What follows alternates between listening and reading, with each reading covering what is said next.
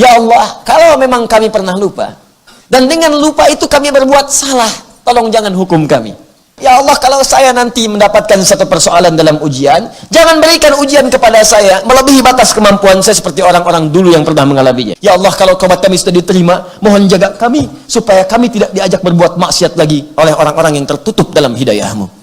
Indah ayat. Dan ini bagian dari taubat kita kepada Allah Subhanahu wa taala. Coba biasakan baca dengan benar sampai mendapatkan gejolak dalam hati kita dan merasakan kekhusyuan dan nikmat yang mendekat kepada Allah Subhanahu wa taala. Saya sangat merekomendasikan ayat ini dan seringkali kami coba mengamalkan dampaknya ke hati itu luas.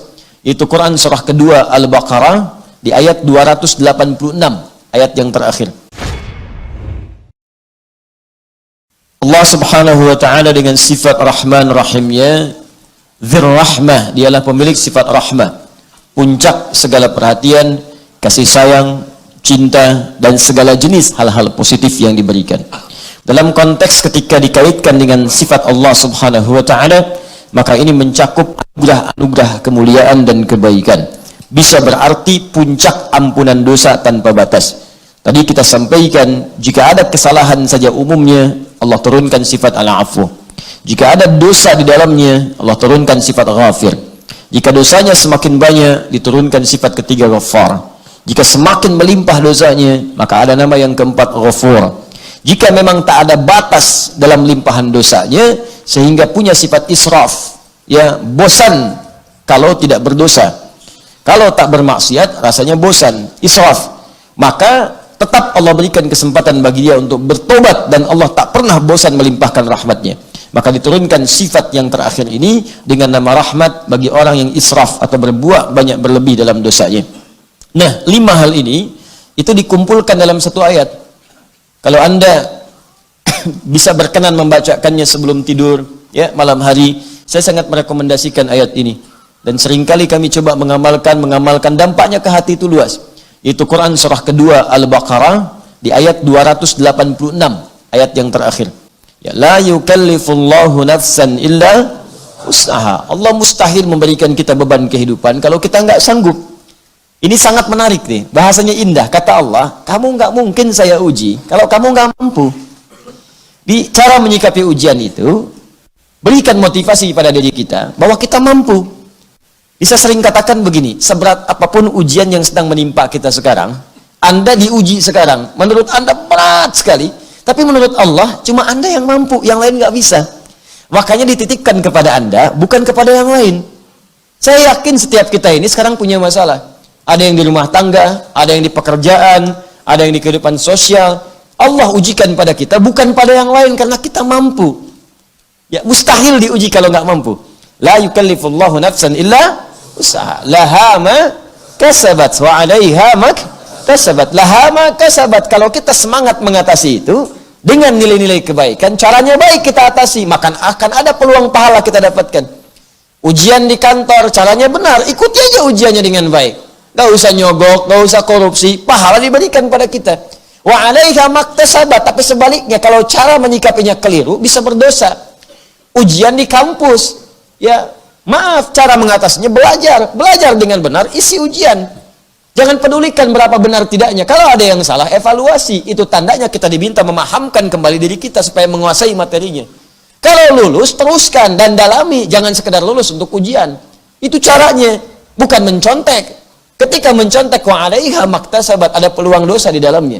Dosa itu, kata Nabi, sesuatu yang saat engkau kerjakan, engkau takut ketahuan orang lain.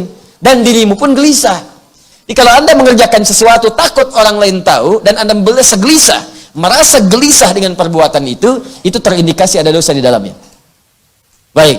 Rabbana la tu'akhidna in nasina au akhtana. Akhta. Ya Allah, kalau memang kami pernah lupa, dan dengan lupa itu kami berbuat salah, tolong jangan hukum kami. Jadi banyak orang berbuat salah karena lupa. Orang tahu bohong itu dosa, cuman saat bohong lupa kalau itu dosa. Orang tahu mencuri itu dosa, cuman saat nyuri lupa kalau itu dosa. Orang tahu kalau korupsi itu bahaya, dosa, cuman lupa kalau sedang korupsi itu bahwa itu tuh berbahaya dan dosa. Jadi kadang-kadang banyak perbuatan lupa itu menjadikan seseorang berdosa. Dan kadang-kadang ada yang memang diniatkan untuk berbuat salah. Itu yang bahaya. Ya makanya saya sering aneh kalau ada orang mengatakan, saya minta maaf Bapak Ibu sekalian, pada kesalahan-kesalahan saya, baik yang disengaja ataupun tidak. Kalau tidak, masih diterima. Tapi sengaja berbuat dosa, itu aneh. Saya minta maaf dari kesalahan-kesalahan yang saya perbuat, baik sengaja atau tidak. Kalau sengaja, berarti niat dia berbuat dosa. Itu kan persoalan.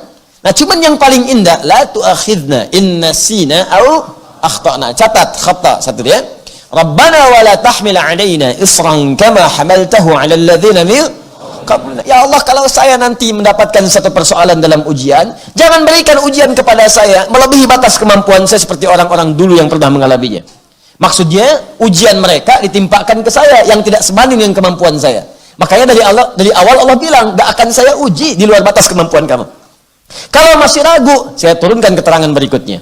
Rabbana wa la tuhammilna ma la Katalah Nabi, ya Allah, kalau saya berbuat salah, saya pengen kembali. Dan jangan berikan beban yang besar kepada saya, supaya saya bisa mudah kembali. Kalau saya pengen taubat, ya Allah, jangan susah seperti orang-orang dulu, karena kesulitan mereka pengen taubat. Mereka kan beda dengan saya. Mereka itu bebal, ya Allah, disuruh taubat, ngeyel lagi. Disuruh ibadah, gak mau lagi. Karena itu engkau turunkan beban lebih berat dibandingkan dengan saya sekarang. Maka jangan samakan cara saya taubat saya dengan taubat orang di masa lalu. Umat Nabi Musa, bebalnya luar biasa. Musyrik lagi. Karena itu ketika ingin tobat, kata Allah, kalau memang serius, coba bunuh dirimu. Tobatnya dengan kematian. Ya karena sulit diingatkan, ada najis, sobek. Ya nggak ada dengan bersihkan, sobek. Nempel di pakaian, sobek pakaiannya, baru dia nggak bersih. Ya sobek, bersih. Itu bedanya dengan umat sekarang. Kalau ada berpakaian sekarang, ya yang dipakai celana jin. Celana jin disobek juga. Ya sobek lututnya, sobek bagian pahanya, sobek betisnya. Mungkin itu umatnya Nabi Musa nyasar ke sini sekarang. Nah, itu canda saja gitu ya, canda. Baik. Ya tapi pakaian sudah bagus, kenapa disobek-sobek? Ya. Atau patut diduga ada najis di dalamnya. Beda. Nah, umat Nabi Muhammad sekarang lain. Ya Masya Allah, ada najisnya, nggak usah disobek. Cukup engkau bersihkan saja. Hilang 3 perkara, maka hilang najisnya. 1, hilang warnanya. Yang kedua, hilang baunya. Yang ketiga, hilang rasanya.